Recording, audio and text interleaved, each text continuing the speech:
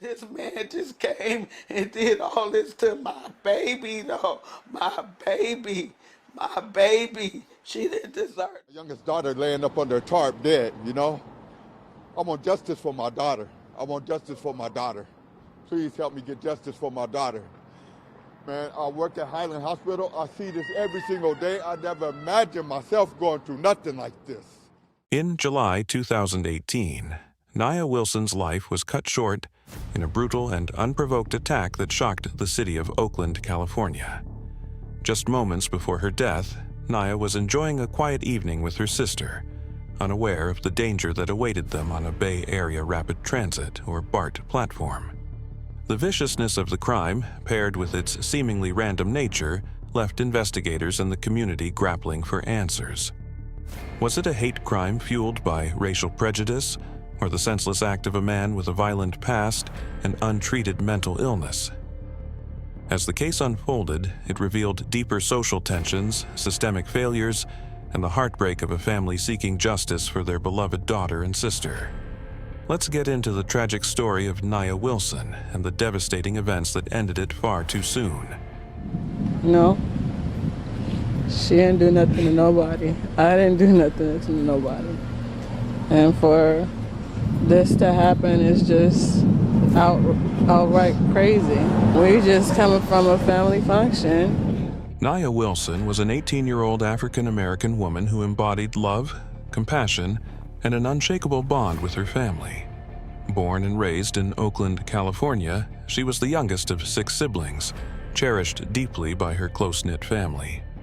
Her father named Ansar Muhammad, and her sisters often described her as vibrant and selfless, someone who always put the needs of others before her own. Nia's personality radiated warmth, and her infectious laughter brought joy to everyone around her. Nia shared an especially close relationship with her sisters, particularly her older sister named Latifa.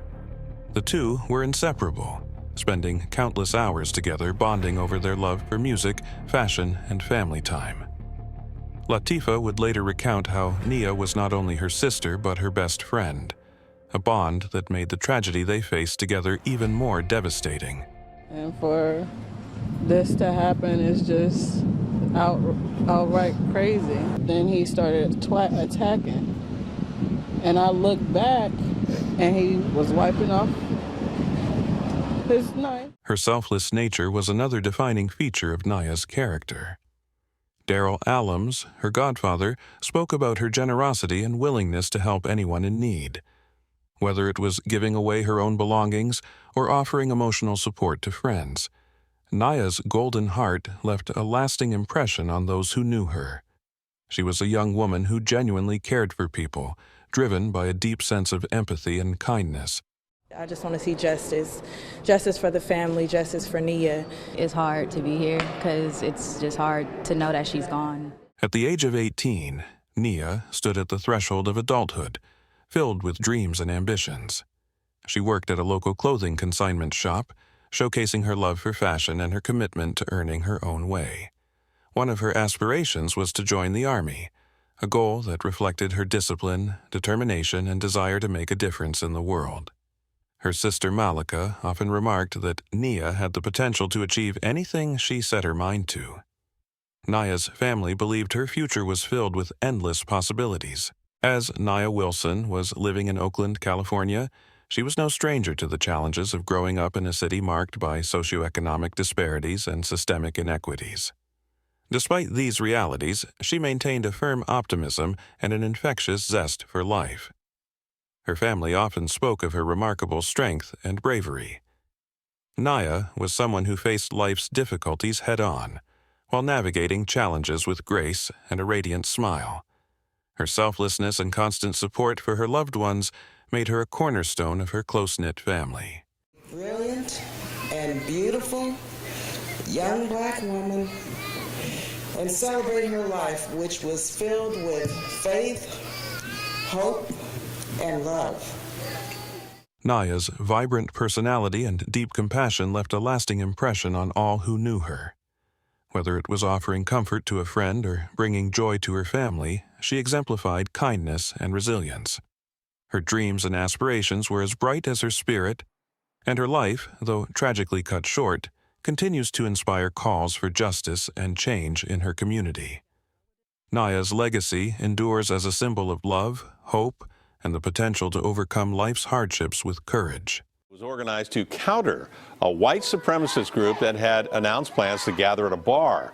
Although police say they have not yet found any specific evidence that the attack was racially motivated, some demonstrators believe otherwise. The evening of July 22nd, 2018, at the MacArthur BART station in Oakland, California, will forever be remembered for its brutality and tragedy. What should have been an ordinary transfer point for Nia Wilson and her older sister turned into a horrific scene of violence. The sisters, returning home from a family gathering, were unsuspecting as they stood on the platform, waiting for their next train. In a matter of seconds, their lives were shattered by an unprovoked act of violence. John Cowell, a man later identified as their attacker, approached them seemingly unnoticed. Later revealed Cowell sneaking in the station while watching the sisters before moving in with a calculated precision. He carried a knife and, without a word or warning, launched a sudden and savage attack. The speed and intensity of his actions were staggering, which left no time for the sisters to react. Cowell first struck Nia in the neck with a brutal slash that severed a vital artery, which caused catastrophic bleeding. He then turned his weapon on Latifah and injured her before fleeing the scene. I feel like I didn't protect her like I was supposed to. Little sister was the most sweetest person on this earth, you know?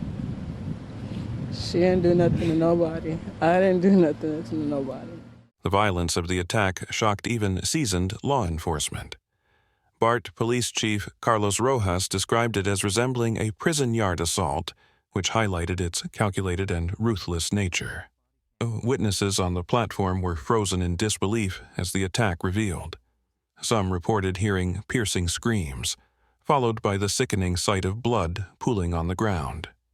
Others described the chaos that erupted in the moments following the attack as passengers scrambled to comprehend what had just occurred. We follow him down the stairs, down out across the construction area here. This camera in a nearby garage caught Cowell as he was changing his clothes, leading to a search of the area that found an ID that he had dropped. Latifah, though injured herself, turned her attention to her younger sister. Desperation fueled her as she tried to tend to Nia's injuries and attempted to stop the heavy bleeding. She later recounted the heart-wrenching moment of realizing that Nia's condition was rapidly deteriorating. Nearby commuters and BART police rushed to the scene, but the severity of Nia's neck wound made it impossible to save her. Within minutes, Nia lay lifeless on the platform, her blood staining the concrete, serving as a heartbreaking reminder of the violence she faced. Meanwhile, Cowell calmly fled the scene. Witnesses described seeing him wipe the blood from his knife as he descended the station stairs, an act that underscored the deliberate nature of his crime. For those present, the platform had transformed from a busy transit hub into a site of unspeakable tragedy. The air was heavy with shock and grief as bystanders stood helplessly, many unable to erase the horrifying images of Nia's final moments from their minds. Emergency responders arrived swiftly, but there was little they could do to change the outcome. Latifah, despite her own injuries, was transported to the hospital, physically injured but emotionally devastated by the loss of her sister. Blood everywhere, as you can see back there, and there's a lady in there wearing a Warriors jacket, and she's screaming, and she's got blood all over, and they told us that 2 people got stabbed in that amount of time, between 30 seconds as we got in. The sheer randomness of the attack left the Oakland community and the nation grappling with questions of motive and accountability. Why had Cowell targeted Nia and Latifah? What drove him to commit such an atrocity? These questions loomed large as investigators pieced together the events leading up to the attack. Cowell's history of mental illness, which included diagnoses of bipolar disorder and schizophrenia, added a layer of complexity to the case. However, his deliberate actions stalking the sisters, carrying a concealed knife, and fleeing the scene suggested a degree of premeditation. We've been doing an aggressive recruiting campaign. We've been doing different things on the trains and on the platforms and in the stations to improve safety. What the Nia Wilson incident did was it put the safety concerns on the forefront. Latifah's courage in recounting the events of that night became a powerful voice for change. Her testimony highlighted the need for greater awareness of violence and mental health issues, as well as the urgency of seeking justice for her sister. John Cowell, a 27-year-old man with a troubling history of violent crime and mental illness, emerged as the prime suspect in the horrific stabbing of Nia Wilson at the MacArthur BART station in Oakland, California. The attack, which claimed the life of the 18-year-old and injured her sister, Latifah Wilson, sent shockwaves through the community and the nation. Cowell's background revealed a pattern of aggression and instability that painted a grim picture of the events leading up to the crime.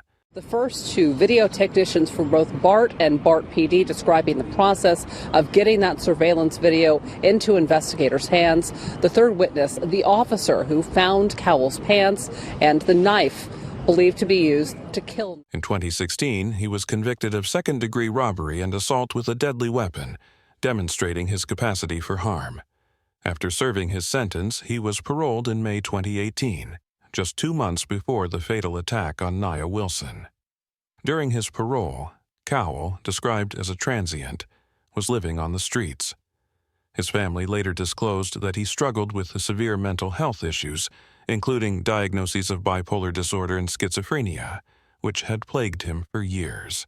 The defense and the prosecution of mental illness here. He said some people wear fake skin suits, and that he believed the Wilson sisters, the victims in this crime, were aliens. He said that he was being threatened by them, that they had kidnapped his... On the night of July 22, 2018, Cowell's actions at the MacArthur BART station were captured on surveillance footage. The video depicted Cowell stalking the Wilson sisters before launching a calculated and brutal assault. Without any warning, he murdered Nia and slashed at Latifah, injuring her before fleeing the scene. The swiftness of the attack left bystanders in shock, unable to intervene. Cowell disappeared into a nearby parking structure where he discarded his sweatshirt and backpack in an attempt to evade capture. If anything, please share the post, look at the pictures. Come out today. We're having a visual today at the BART station from 4 to 7. We will be passing out flyers with his picture on there. We need the community involved. We need your help. We don't need us to break down. These discarded items would prove crucial to the investigation. Inside the backpack, police found personal belongings, including documents that identified Cowell by name and date of birth. This evidence, combined with the surveillance footage, solidified him as the prime suspect. Law enforcement quickly disseminated his description to the public, urging anyone with information to come forward. We need your help.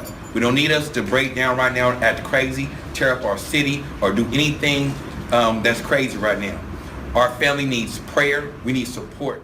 The next day, Cowell's escape came to an end. A vigilant BART passenger recognized him from news reports and immediately alerted authorities. This tip allowed law enforcement to apprehend Cowell within hours. He was charged with the murder of Nia Wilson and the attempted murder of her sister, which brought some measure of relief to a community reeling from the senseless violence. People walking, I would have thought that's what the BART police was for, but apparently not. You know, they need to step it up. My baby died on a slab, man. As the investigation unfolded, Cowell's criminal and mental health history came under scrutiny. His violent past and parole status highlighted systemic gaps in addressing the needs of individuals with severe mental illnesses. His family, who had long struggled to manage his erratic behavior, revealed they had sought a restraining order against him, fearing for their own safety. In a public statement, they expressed condolences to Nia Wilson's family while emphasizing the challenges posed by Cowell's mental health struggles. We hope the jury see what it is, too. It's a show. It's an act. He's very smart. He's using big words. However, for Nia's family and the grieving community, such explanations provided little solace. The brutality and unprovoked nature of the attack raised pressing questions about Cowell's motivations. Some speculated whether hate played a role, given the racial dynamics of the case, while others pointed to the potential influence of his untreated mental illness. Regardless of the underlying factors, the loss of Nia Wilson left an indelible scar. What alien nation planet he got that ideal from? That is just absurd. No, it doesn't make any sense. We are not aliens. I'm an alien, you one too. The arrest of John Cowell offered a measure of justice, but it did not erase the pain of Nia's death. Her family and supporters channeled their grief into calls for change, advocating for greater accountability in addressing mental health and violence. Cowell's violent past and his sudden attack on 2 young women highlighted the tragic impact of unchecked aggression. It also underscored the critical need to address untreated mental illness in preventing such incidents. Criminal proceedings for the man charged in a deadly BART station stabbing. John Cowell's attorney had testified that he is suffering from extreme delusions and paranoia, and now the judge is calling for 2 court-appointed psychiatrists to evaluate him. They'll submit their findings when he returns to court. In the wake of the tragedy, the community united to honor Nia's life, holding vigils and memorials that celebrated her spirit and called for justice. The senselessness of the attack continued to haunt those who knew her, leaving a lingering question that may never fully be answered, like what could drive someone to commit such an unthinkable act. For Nia Wilson's family and the broader Oakland community, her memory became a symbol of resilience, love, and the ongoing fight for justice in the face of profound loss. My Nia's love, so honest and true. Baby girl, shine bright, and big sister, promise we will get justice for you. I love you. Though justice was pursued and accountability sought, the loss of Nia Wilson remains a profound void in the lives of those who loved her. Her memory endures as a call to action, a beacon urging society to confront its failings and create a safer, more compassionate world.